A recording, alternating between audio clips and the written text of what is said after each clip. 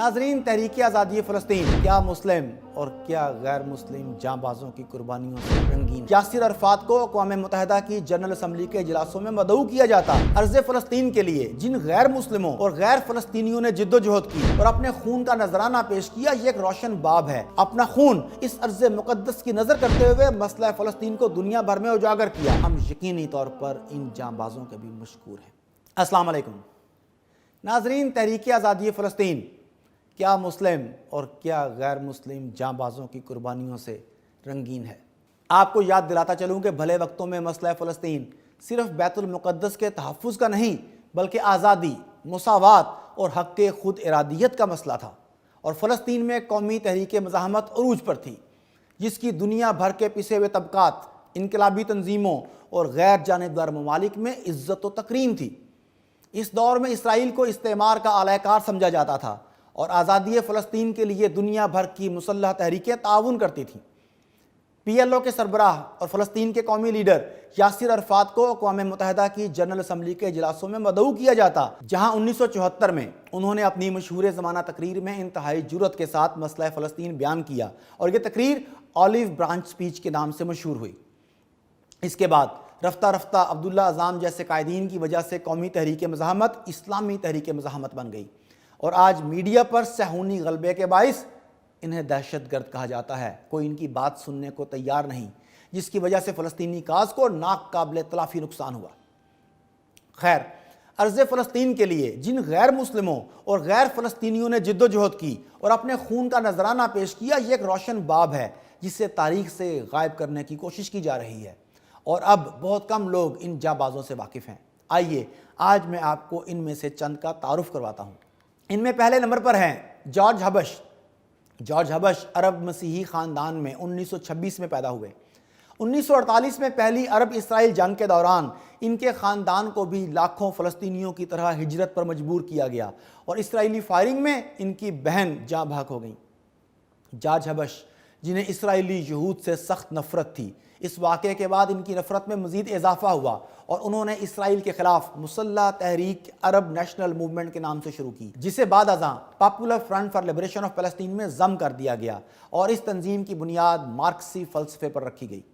اس تنظیم نے اسرائیل پر پے در پے کاری ضربیں لگائیں اور پہلی بار ایئر ہائی جیکنگ کو آرٹ کی شکل دی، جس کے نتیجے میں کئی ایک جہاز ہائی جیک کیے گئے اور دنیا بھر میں فلسطینی کاز نمایاں ہوا۔ جارج ہبش کو اسرائیل کا وجود کسی طرح گوارا نہیں تھا، اور آپ ہر ممکن طریقے سے اسرائیل کی تباہی اور فلسطین کی آزادی چاہتے تھے۔ موساد نے کئی بار جارج ہبش پر قاتلانہ حملے کیے، مگر آپ محفوظ رہے۔ آپ کی فلسطین سے محبت کا اندازہ اس بات سے لگایا جا سکتا ہے کہ جب 1993 میں یاسر عرفات نے اوسلو معاہدے کے تحت امن معاہدہ کیا تو آپ نے اس کی پرزور مخالفت کی اور اسے مشن سے غداری قرار دیا۔ فلسطین کا یہ بیٹا، اس کی آزادی کا سپنا دل میں سمائے، 2008 میں اردن میں انتقال کر گیا۔ ناظرین، دوسرے نمبر پر ذکر کروں گا ویدی حداد کا۔ فلسطین کا یہ عظیم سپوت 1927 میں عرب مسیح آرتھوڈاکس گھرانے میں پیدا ہوا۔ آپ نے جارج ہبش کے ساتھ مل کر پین عربزم کے فروغ کے لیے کام کیا، بعد ازاں سوشلسٹ مارکسسٹ تنظیم PFLP کی داغ بیل ڈالی اور ہزاروں فلسطینی نوجوانوں کو جدید گوریلا ٹریننگ دی، جنہوں نے ہائی جیکنگ سمیت سینکڑوں گوریلا کارروائیوں سے اسرائیل کی کمر توڑ دی۔ آپ ہی نے پہلی بار اسرائیل سے باہر بھی اسرائیلیوں پر خونریز حملے کیے، اسی لیے آپ موساد کی ہٹ لسٹ میں سب سے اوپر تھے۔ صرف 51 برس کی عمر میں 1978 میں مشرقی برلن میں موساد کے ایجنٹوں نے آپ کو زہر دے کر قتل کر دیا۔ تیسرے نمبر پر ہیں نائف حواتما۔ اردن کے کیتھولک مسیحی گھرانے میں پیدا ہونے والے نائف نے بچپن میں اسرائیل کے قیام کے ساتھ ہی لاکھوں فلسطینی عربوں کو بے گھر ہوتے دیکھا، تو اسے اسرائیل کے وجود سے نفرت ہو گئی۔ نائف نوعمری سے ہی بائیں بازو کی سیاست سے منسلک ہو گئے تھے، مگر بڑھتے ہوئے اسرائیلی مظالم دیکھ کر آپ نے مسلح جد و جہد کا راستہ اپنایا اور democratic front for the liberation of the فلسطین نامی گروپ تشکیل دیا۔ اس گروپ نے اسرائیل پر اس کی تاریخ کا سب سے خونریز حملہ کیا۔ 1974 میں اس تنظیم کے 3 ارکان مالوت نامی یہودی قصبے میں داخل ہوئے اور ایک سکول میں 100 سے زائد بچوں کو یرغمال بنانے کے بعد فلسطینی قیدیوں کی رہائی کا مطالبہ کیا، مگر مطالبات تسلیم کرنے کی بجائے اسرائیل نے سکول پر کمانڈو آپریشن شروع کر دیا، جس پر حملہ آوروں نے بھی فائرنگ کی اور گرنیڈ حملے کیے، جس کے نتیجے میں 25 اسرائیلی جہنم رسید ہو گئے۔ نائف اس وقت بھی 83 برس کی عمر میں فلسطین کی آزادی کے لیے کوشاں ہیں۔ ناظرین، چوتھے نمبر پر ذکر کروں گا کوزو کاموٹو کا۔ جاپان کا یہ 24 سالہ باٹنی کا طالب علم تیسری دنیا کی مظلوم قوموں کی حمایت کے لیے جاپانی ریڈ آرمی میں بھرتی ہوا۔ جاپانی ریڈ آرمی کو فلسطینی گوریلوں سے خاص ہمدردی تھی، اسی لیے کوزو اکاموٹو لبنان چلے گئے، جہاں گوریلا تربیت مکمل کرنے کے بعد آپ نے اپنے دیگر جاپانی فدائین کے ساتھ اسرائیلی ایئرپورٹ پر حملہ کیا، جو کہ اسرائیل میں ہونے والے سب سے خوفناک حملوں میں سے ایک ہے۔ اس حملے میں 26 اسرائیلی جہنم رسید ہوئے۔ کوزوموٹو کے دیگر 2 جاپانی ساتھی بھی اس حملے میں ہلاک ہو گئے، جبکہ انہیں زخمی حالت میں گرفتار کر لیا گیا اور عمر قید کی سزا سنائی گئی۔ آزادی فلسطین کے لیے آپ نے 13 برس جیل میں گزارے اور 1985 میں فلسطینیوں کے ہاتھ قید اسرائیلی فوجیوں کی رہائی کے تبادلے میں جبریل معاہدے کے تحت آپ کو آزادی نصیب ہوئی۔ آپ آج بھی اپنے آبائی وطن سے ہزاروں کلومیٹر دور بیروت کے مہاجر کیمپ میں موجود ہیں، جہاں انہوں نے کچھ سال پہلے اسلام بھی قبول کر لیا۔ 5ویں نمبر پر ذکر کروں گا فسوکو شیک کا۔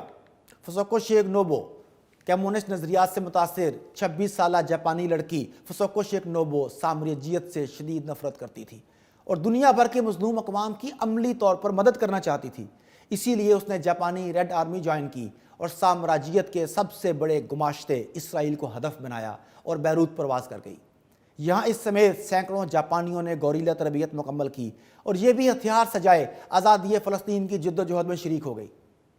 فلسطینی یورپی ممالک میں مشکوک سمجھے جاتے تھے، اسی لیے اس بہادر لڑکی نے اسرائیل کو دھوکہ دینے کے لیے جاپانی فدائین تیار کیے اور اسرائیل کے طیارے اغوا کرنے شروع کر دیے۔ جاپانی ریڈ آرمی نے اسرائیل کے حمایتی ممالک میں بھی حملے کیے اور نیدرلینڈ میں فرانسیسی سفارت خانے پر حملہ کر کے قبضہ کر لیا اور ملائیشیا میں امریکی سفارت خانے کو بھی نشانہ بنایا۔ یہ بہادر لڑکی 30 برس تک عرب مہاجر کیمپوں میں فلسطینیوں کے شانہ بشانہ جد و جہد آزادی میں شریک رہی اور سن 2000 میں نقلی پاسپورٹ پر جاپان گئی، جہاں 2006 میں انہیں گرفتار کر لیا گیا اور 20 سال قید کی سزا سنائی گئی۔ آج بھی یہ خاتون فلسطین کی آزادی کا خواب دل میں سمائے جیل میں قید کی سزا کاٹ رہی ہے۔ ناظرین، 6 نمبر پر ذکر کروں گا پیٹرک ارگیلو کا۔ سان فرانسسکو میں پیدا ہونے والا نکاراگوئن نژاد امریکی نوجوان ان خوش قسمت لوگوں میں شامل ہوا جو ارض فلسطین کی آزادی پر قربان ہوئے۔ نکاراگوا کے انقلابی گروپ سے تعلق رکھنے والا پیٹرک گوریلا ٹریننگ کے لیے پاپولر فرنٹ میں شامل ہوا۔ فلسطینی کاز دنیا بھر میں اجاگر کرنے کے لیے مشہور فلسطینی جانباز لیلا خالد کے ساتھ مل کر اس نے ہوائی جہاز اغوا کیا، مگر یہ ہائی جیکنگ ناکام ہو گئی اور جہاز لندن کے ہیتھرو ایئرپورٹ پر ہنگامی لینڈنگ کرنے میں کامیاب ہو گیا اور دوران مزاحمت صرف 27 برس کی عمر میں یہ نوجوان آزاد فلسطین پر قربان ہو کر امر ہو گیا۔ یاد رہے کہ اسی کی موت کا بدلہ لینے کے لیے پاپولر فرنٹ نے لد ایئرپورٹ پر حملہ کیا تھا۔ ناظرین، اگلا ذکر کروں گا 7ویں نمبر پر ہینس کلین کا۔ مشرقی جرمنی سے تعلق رکھنے والا یہ نوجوان کمیونسٹ انقلابیوں کی خفیہ تنظیم کا ممبر تھا۔ اس نے popular front for the liberation of فلسطین کے تعاون اور معاونت سے کارلوس دی جیکال کے ساتھ مل کر ویانا میں ہونے والے اوپیک کے سالانہ اجلاس پر کامیاب حملہ کیا۔ نہ صرف اسرائیل کے حمایتی عرب شیوخ کو یرغمال بنایا بلکہ اپنے مطالبات بھی منوائے۔ اس حملے میں ہینس شدید زخمی ہوا اور اس کے بعد 20 برس روپوش رہنے کے بعد 1998 میں اسے گرفتار کیا گیا اور 2003 میں اسے پیرول پر رہائی ملی۔ اس کے بعد ناظرین ذکر کروں گا کارلوس دی جیکال کا۔ 1949 میں وینزویلا میں پیدا ہونے والا یہ لڑکا پیدائشی انقلابی تھا۔ اس کے ماں باپ کٹر سامراج دشمن اور انتہائی نظریاتی کمیونسٹ تھے۔ یہ صرف 21 برس کی عمر میں آزاد فلسطین کے لیے پاپولر فرنٹ میں شامل ہو گیا۔ اس کو بھرتی کرنے والے کمانڈر ہاشم ابو شریف نے اس کے لاطینی پس منظر کی وجہ سے اسے کارلوس کا کوڈ نیم دیا، جبکہ اس کے کارناموں کی وجہ سے گارڈین اخبار نے اسے دا جیکال کا لقب دیا۔ یوں کارلوس دی جیکال اپنے وقت کا سب سے بڑا اور دنیا کو سب سے مطلوب انقلابی بنا۔ اس نے 1975 میں ویانا میں ہونے والے اوپیک کے سالانہ اجلاس پر حملہ کر کے درجنوں وزراء کو یرغمال بنا لیا اور کمال ہوشیاری سے اپنے مطالبات منوا کر وہاں سے کرشماتی طور پر فرار ہونے میں بھی کامیاب ہو گیا۔ کارلوس دی جیکال نے برطانیہ میں جیوش بزنس فیڈریشن کے نائب صدر پر قاتلانہ حملہ کیا تو کبھی لندن میں ہی اسرائیل کی حمایت کرنے والے اخبار کے دفاتر پر بم حملے کیے۔ کارلوس نے جاپانی ریڈ آرمی کے ساتھ مل کر ہیگ شہر میں فرانسیسی سفارت خانے پر بھی حملہ کیا اور عملے کو یرغمال بنا کر فرانس کا غرور توڑتے ہوئے اپنی تمام شرائط منوا کر اسپیشل جہاز میں فرار ہو کر دمشق چلا گیا۔ کارلوس دی جیکال شہری طرز کے گوریلا حملوں میں انتہا درجے کی مہارت رکھتا تھا اور فلسطینی جانبازوں کو اس کی خصوصی تربیت بھی دیتا تھا۔ کارلوس نے اسرائیل اور اس کے حمایتیوں کو ذکر پہنچانے کے لیے کئی ایک منصوبے تشکیل دیے اور اس کے لیے فرانس کو میدان جنگ بنایا، جہاں کئی ایک سلسلہ وار دھماکے کیے اور پیرس میں اسرائیلی سفارتکار کو گولی مار کر جہنم واصل کر دیا۔ اس کی دلیری کا یہ عالم تھا کہ اس نے ایک بار فرانس کے ایٹمی پلانٹ پر بھی راکٹ حملہ کرنے کی منصوبہ بندی کی۔ کارلوس دی جیکال اپنے آبائی وطن سے ہزاروں کلومیٹر دور 25 برس آزادی فلسطین کی جد و جہد میں بیروت، دمشق، عدن، بغداد اور خرطوم میں مقیم رہا۔ سوڈانی حکومت کی مدد سے 1994 میں انہیں خرطوم ہی سے گرفتار کر کے فرانس کے حوالے کیا گیا، جہاں یہ مختلف الزامات میں عمر قید کی سزا کاٹ رہے ہیں۔ وینزویلا کے انجہانی صدر ہوگو شاویز بھی کارلوس سے بہت متاثر تھے اور انہوں نے اس کی تعریف کرتے ہوئے اسے جیل میں خط بھی لکھا تھا۔ 2001 میں کارلوس دی جیکال نے اسلام قبول کیا اور 2004 میں جیل میں انقلاب اسلامی نامی کتاب لکھی۔